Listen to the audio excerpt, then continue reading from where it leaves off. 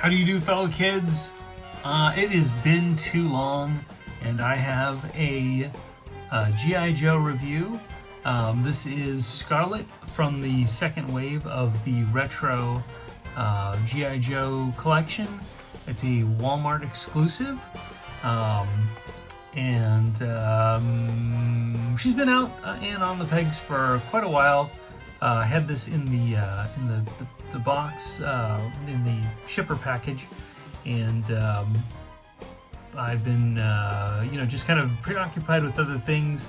Obviously, if you follow my channel, you know that I've been kind of collecting the Masters of the Universe, and I've been kind of sparsely doing some G.I. Joe reviews, simply because there aren't as many G.I. Joe action figures being released as there are the Masters of the Universe. So, but I'm going to go ahead and take her out of the package, and we're going to see how she looks. Before that, let's take a look at the packaging. We've got the original artwork that dates back all the way to 1982. Scarlett, if you look at the history of the G.I. Joe, a real American hero, 1980s action figures, every wave or every year they released one female character, and Scarlett was the first and original female character to be released in 1982. She was also available in 1983, which was the second year. That was the year that they kind of introduced the elbow swivel to the O-ring versions of the action figures, and I think in 1983 that was when they released CoverGirl. And in 1984, I believe it was Baroness. I probably won't be able to recite every year after year which female action figures were released, but I think in 1988 was the year that they didn't have any female action figures or any new female characters. And then I think that trend went for a couple of years with no female action figures released in G.I. Joe, up until the early 90s, whenever they re-released Scarlett. They released Scarlett as a Ninja Force, brand new sculpt, new action figure, Ninja Force character. But and this is the modern version. From what I have been, from what I know, this is basically a replica of the 25th anniversary version of Scarlett that was released back in 2007. However, they have done some updates to the face sculpt, kind of make that, or make some improvements. I don't have the 25th anniversary version, so I wouldn't be able to tell you whether this is superior or inferior to that release. But I can tell you that I think she does look pretty good. So, of course, the package is meant to be retro looking. Old Hasbro logo in the corner there. The original cards had like a white border. It's kind of disappointing that they didn't think to replicate that. But what can you do? We have the newer version of the file card on the back. This one is a little bit abbreviated, and it includes all the different languages. Her name is Shanna O'Hara, is her file name. She is counterintelligence. Her primary specialty is intelligence. Secondary specialty is classified. Don't want to tell you what that is, but her secondary specialty must be ninja, because she was part of the ninja force. Birthplace Atlanta, Georgia. Began martial arts training at age 9 and was awarded her first black belt at age 15. So she is a martial arts specialist, which makes me think that her secondary specialty is supposed to be either hand-to-hand combat or martial arts or something like that. And then we have the cross-sell for the other figures. The first 3 were released as Wave 1, and then the Wave with Scarlett also includes Roadblock and Destro. So, that's about it. I think everything else is some sort of warning about not swallowing action figure accessories or something like that. And what is this, like a bunch of copyright BS?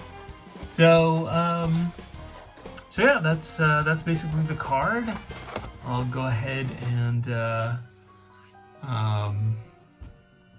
cut her out of the package so we can take a look at the actual action figure.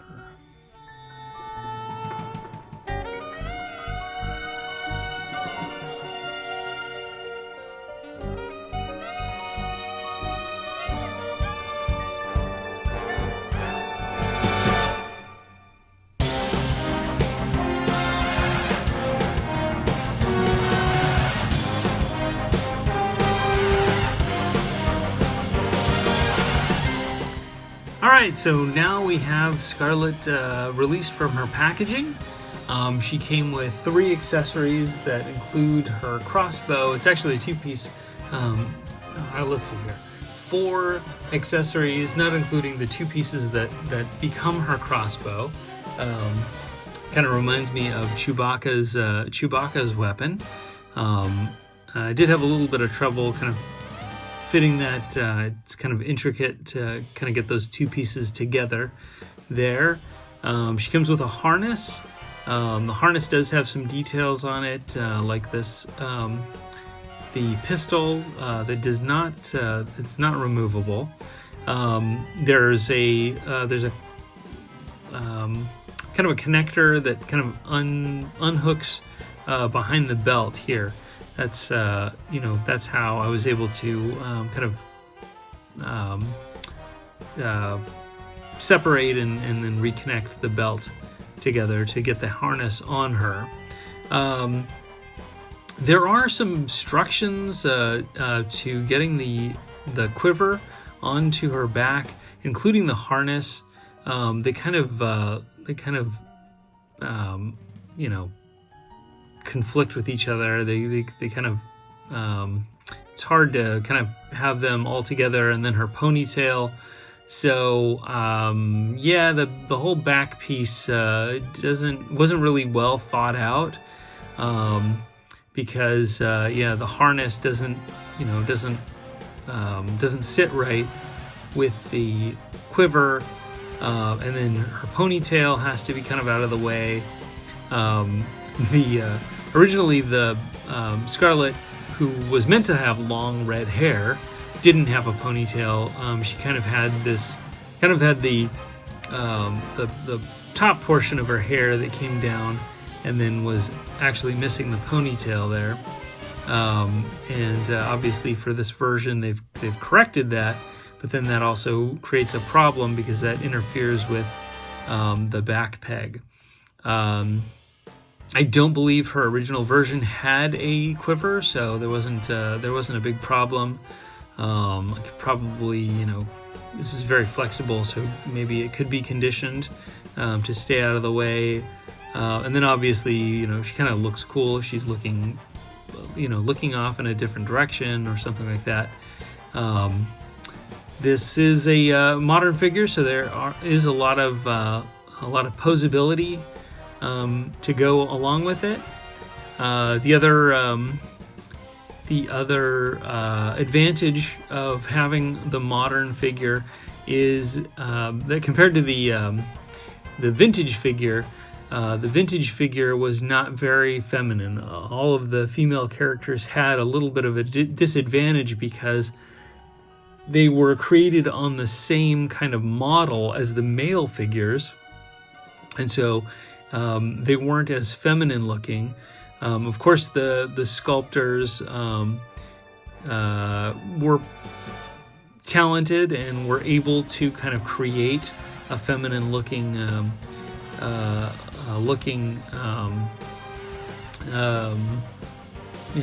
feminine looking body shape by kind of adding some curves and of course breasts being a female character. The chest would have a different shape. But these modern figures are kind of built on sort of a different scale, so that the legs can be a little more slender, and the torso can be a little more feminine looking. They did try to kind of in the early 2000s, when they kind of re-released some of the O-ring figures, including Scarlett, they did something where they made the heads a little more petite. I think that was in an effort to make them look a little more feminine, but I think the effect was not it didn't have the effect that they wanted, because I think those early 2000s figures with the smaller female heads ended up creating sort of a weird proportion where their shoulders looked larger than they had intended. So in some ways they looked less feminine than the original figures. The original figures had kind of a larger head, which proportionally made the body look a little more slender and a little more feminine. But anyway, not a bad figure. I read something today, and it was kind of like, it was, what was it? It was, man, I'm trying to remember what Instagram account it was. I think it was surveillanceport.com, their Instagram account. They basically had summarized an interview that they had done with some of the Hasbro designers, and one of the things that they had mentioned, or that they were relaying, was that the Hasbro designers said that the O-ring figures are not completely off the table, that they have heard there is a lot of demand for O-ring figures, so we might end up getting O-ring figures. So I don't really know what that means. I mean, right now there are two active toy lines for G.I. Joe. There's the 4-inch retro collection and the 6-inch classified collection. And when they made the original announcement or reveal of what the retro action figures were going to look like in July of 2020, it was obvious, they weren't going to do, or originally they weren't going to do O-ring figures, and they were basically just going to re-release the 25th anniversary figures, which rightly so. I think a lot of people, including me, were disappointed. I would have, my brain would have exploded if I was able to get an O-ring version of Snake Eyes and Storm Shadow and Baroness and Scarlett and Duke, and I actually have Duke, but some of those figures that I have not been able to collect.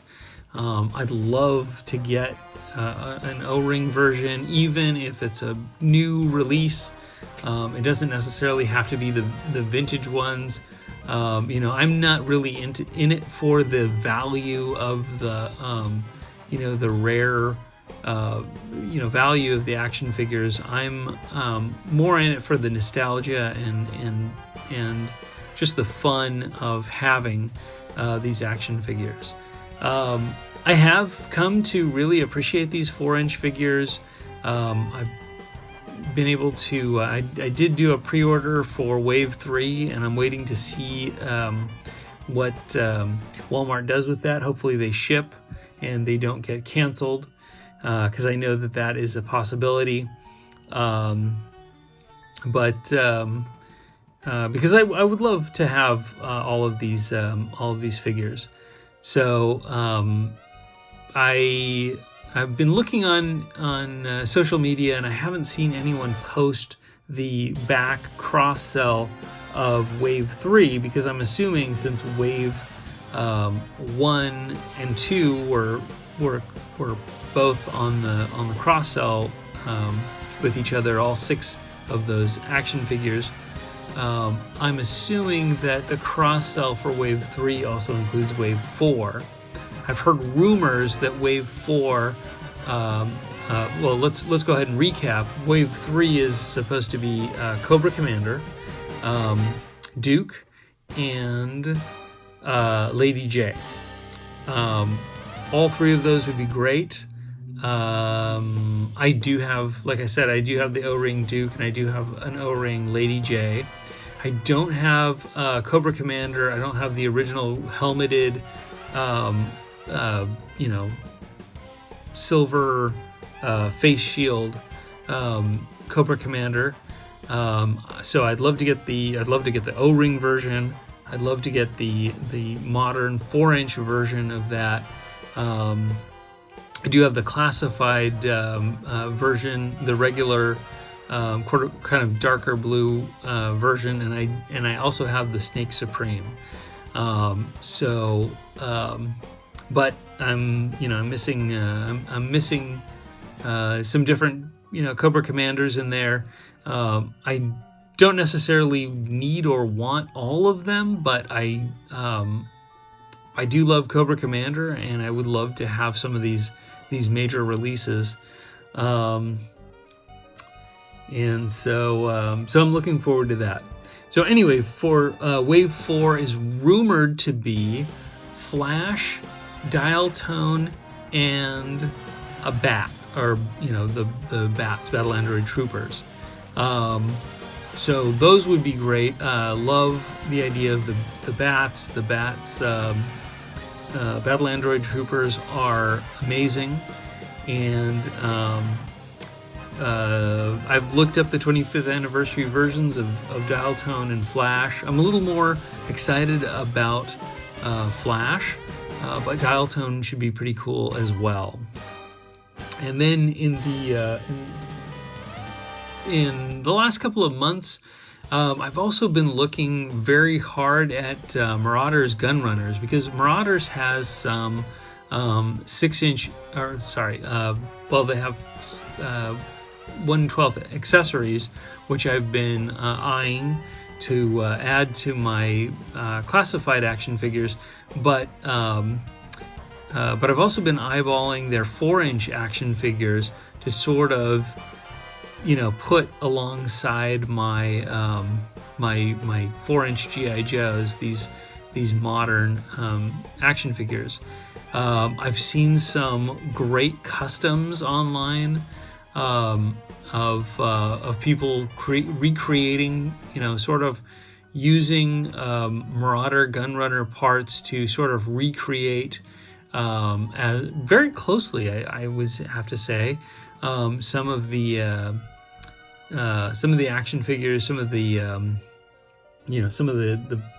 classic GI Joes, and sort of recreate them into kind of modern action figures. And I've actually ordered a few pieces, and I want to play around with them to kind of recreate my own modern versions of some of the GI Joes that I would love to add to my collection. So anyway, yeah,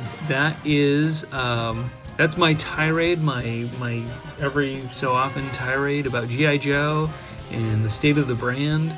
I, you know, I guess one of the things that came out in the Surveillance Port interview was that Hasbro underestimated the demand for G.I. Joe action figures, and so that's why they've been a little hard to find. I don't entirely buy that. I think they kind of wanted to do a slow release because, of course, thinking back to my corporate strategy course, a major conglomerate that has multiple conflicting brands, and Hasbro fits that description. They have, the Black Series, Star Wars Black Series. They've got Marvel Legends, and they know that action figure collectors, even if someone is primarily a G.I. Joe fan, they are likely to also collect Star Wars and Marvel Legends. So they know that they are actually on the competing with themselves, and they don't want to dilute these sales for their other action figures.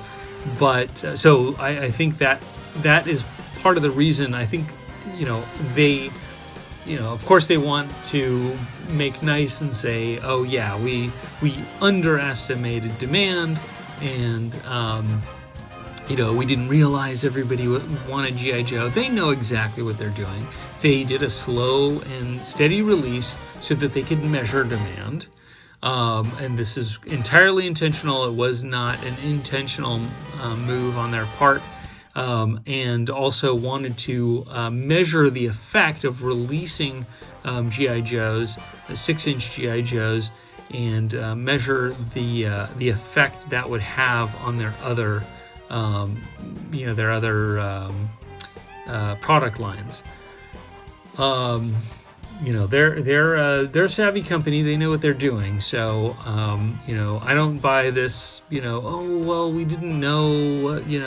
We didn't know that people wanted G.I. Joes. They know exactly what they're doing, and they wouldn't put an investment towards tooling and creating action figures if they thought that no one would be interested. It's a huge investment to create the tooling for those action figures, and they have been going pretty strong as far as releasing new action figures, and now they're starting to re-release some of the figures that were kind of originally released.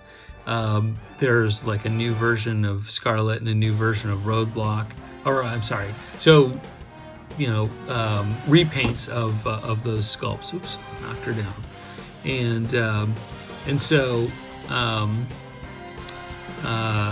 So they're probably going to go a little wider and capture more of the market, and get more collectors on board. I didn't get the 6-inch version of Scarlett. I'll have to kind of take a second look at that one, because it is a pretty cool looking figure, and I wouldn't mind having it. But my biggest disappointment with the classified line is that they are not as close to the original versions of the characters as I would like. I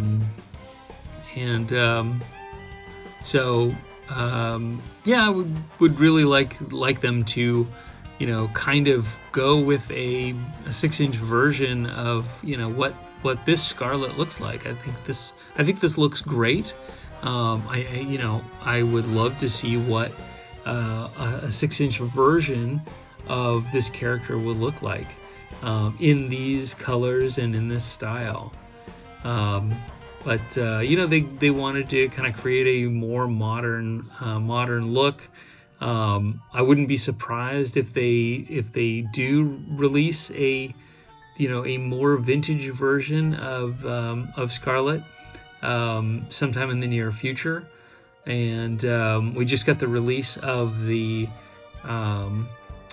movie version of Scarlett. and those look pretty good. I do have one on pre-order, so yeah.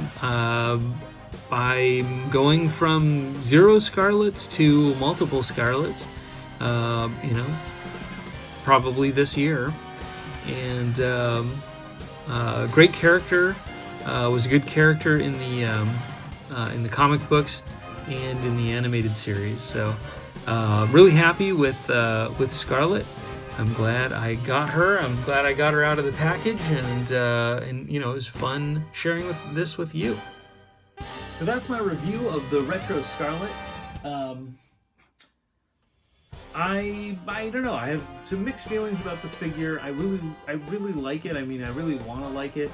I don't like this whole thing with the ponytail and the quiver and the